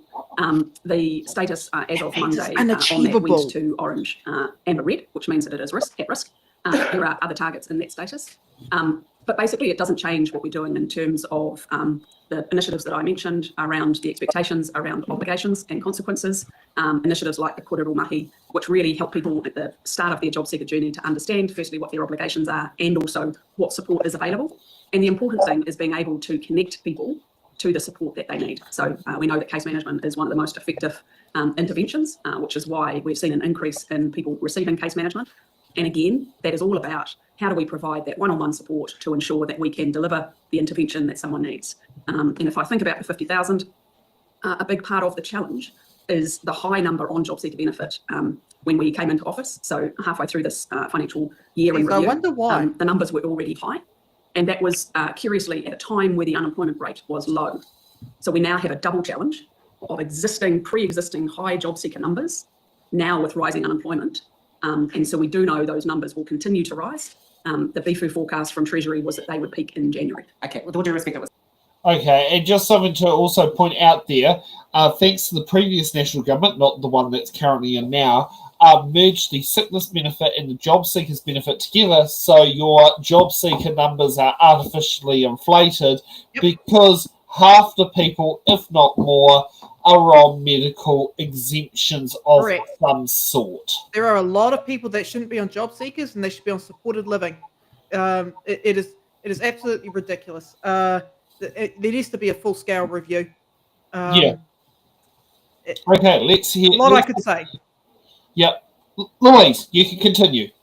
It was a pretty specific question. So it's employment interventions. The target is going to be set lower, and yet your target for getting people of benefit remains ambitious. I'm finding it hard to reconcile how you can retain that ambitious target and yet reduce the targets for the number of children who will be living in poverty in this country. Yeah, so we're constantly adjusting. So the employment initiatives investment framework allows decisions to be made based on what's working more effectively, what we're seeing in terms of where the need is, and the ability to adjust it. And that's what we'll continue to do. Can I ask MSD for the revised targets? Because you've said they'll be revised into the 24-25, but you haven't stated what they are in the report. We can get them to you when they're completed. Yeah. Any question? Thank you. Is it acceptable that 1 in 4 people don't have their benefit entitlements accurately assessed, resulting in potentially them getting less than what they should and then struggling even more, or being overpaid and then slapped with an overpayment debt? Yeah, so I accept it's challenging. It has been a problem for many years, getting that accurate entitlement.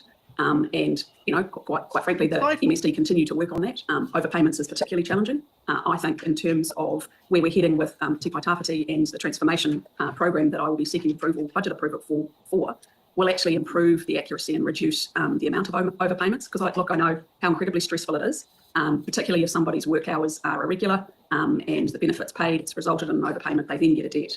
So absolutely there's more work to do to improve the accuracy. And I'm really confident that with the Te Pai Tāwhiti program, we will be far more accurate in terms of those payments. And with benefit sanctions being now at the highest level in 6 years, what's the accuracy when it comes to how those sanctions are applied? Are you confident that 100% of the sanctions that are applied were accurately put on people? Yeah, so the feedback from frontline's been really positive. What's the percentage? Well, at the moment, 98% are at green. And what we're finding... Sorry, my question, just to clarify, just for sake of time, what's the accuracy rate of sanctions? So like we know that 1 in 4 people don't have their benefit entitlements accurately assessed. Yeah. Can I ask how accurate is the sanction regime? Well, and as I was going to say, so 98% are at green, 0.6% are at orange. When they're at orange, that is the conversation where if for some reason it is not accurate, that is the opportunity for the person to then say, well, actually the information you have is wrong. I don't have what is your margin of error? What that correction is, but I'm very pleased that it's only 0.6% that are at orange. That is the window for a job seeker and MSD to then clarify if there has been any change. And sorry, so second stop. Advocates on the ground have told us time and time again that whenever a sentence is applied, they often are able to overturn it because it has been wrongfully applied. how can you be confident that your sanction regime is actually doing what it's intended to do when you don't even know if those sanctions are applied accurately? And we know that 1 in 4 people don't have their benefit entitlements accurately assessed. Yeah, I think there's two separate issues. So in terms of... Well, there seems to be an issue with work and income's ability to accurately assess benefit entitlements and sanctions as well. Well, they're two different things. One is where there is an obligation that exists, work obligation for having a CV, applying for positions, going to a job interview, accepting a job that is on offer. All of those work obligations are all about improving someone's chance to get a job. And as I said, we have a small number that are at orange, 0.6%, which I think is really encouraging. That is the opportunity for the person who's receiving the benefit to have a conversation with the staff at MSD, and if there is any issue, that's when it's raised. So I actually think the system is working because there is the opportunity for a conversation. You're telling us you don't know. Supplementary, Carmel. Yeah, so there were 2 points covered in Ricardo's speech. If it's okay, I'll ask a quick one to each. So the first was around timeliness and accuracy. The annual report puts it down to people not showing up with the right paperwork, which has always been an issue. I want to put to the Minister that and ask actually, are there staffing capacity issues, which are therefore creating issues with them being able to check the paperwork, to follow up with clients, and therefore leading to decreasing levels of timeliness and accuracy? No, because we have clearly protected the front line, and you would be well aware then in terms of having a target, I want more of the front line's conversations to be with those on benefit about work conversations, how they take the steps to get them closer to employment, and there hasn't been a reduction in the front line staff. Last supplementary. I can also sit there and tell you this. I had on one situation, I had to reprove my IRD number because the case manager was using, well, you could have gone bankrupt since we last dealt with you. And that is the only time in New Zealand that an individual would have their IRD number reissued is at bankruptcy. I'm pretty sure most people would know that they were made bankrupt, considering you have to appear in the High Court for it. But these are, this was a problem at Winslow at one stage, was that they would re-ask for the IRD number for proof of it, just so that you can prove your IRD number, which doesn't typically change except if you're made bankrupt. And how many people get made bankrupt per year would not justify a broad brush check of everyone's IRD numbers. I just find it astonishing that she's dancing around the questions. I mean, also, like, this is, so under the previous national government, sanctions that were challenged for misappointments were overturned at a very, it was something like 80%. So of people who challenged their sanctions of being wrongly issued were overturned at an 80% rate, approximately.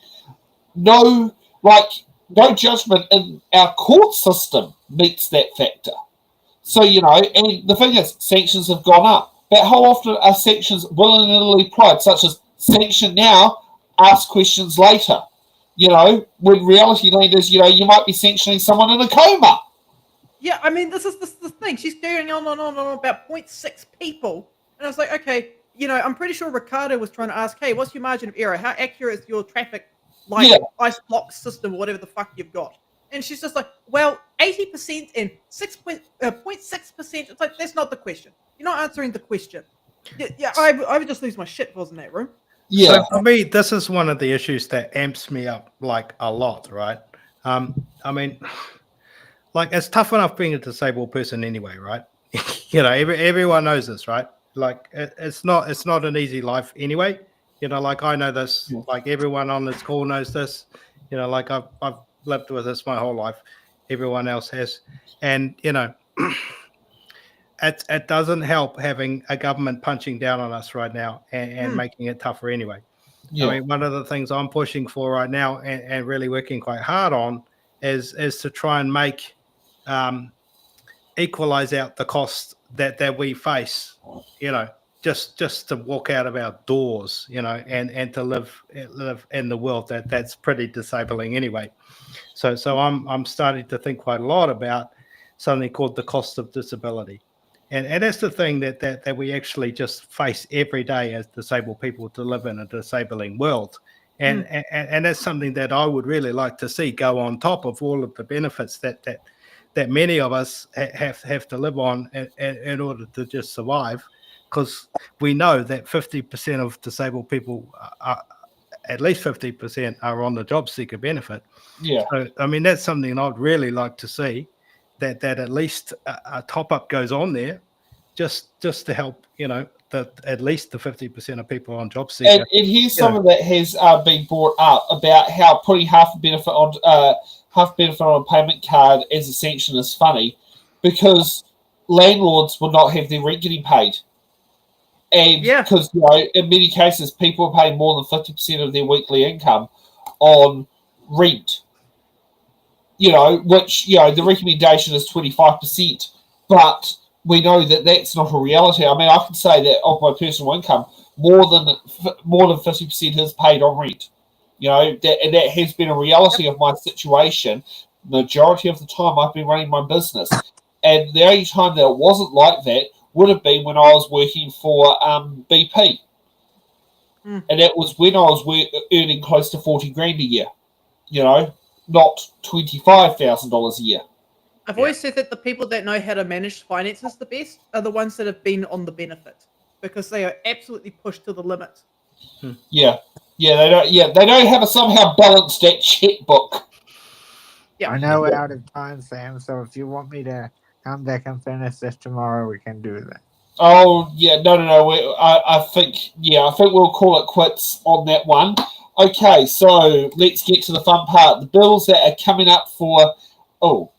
actually, just a moment while I check the run sheet, just because I think there's...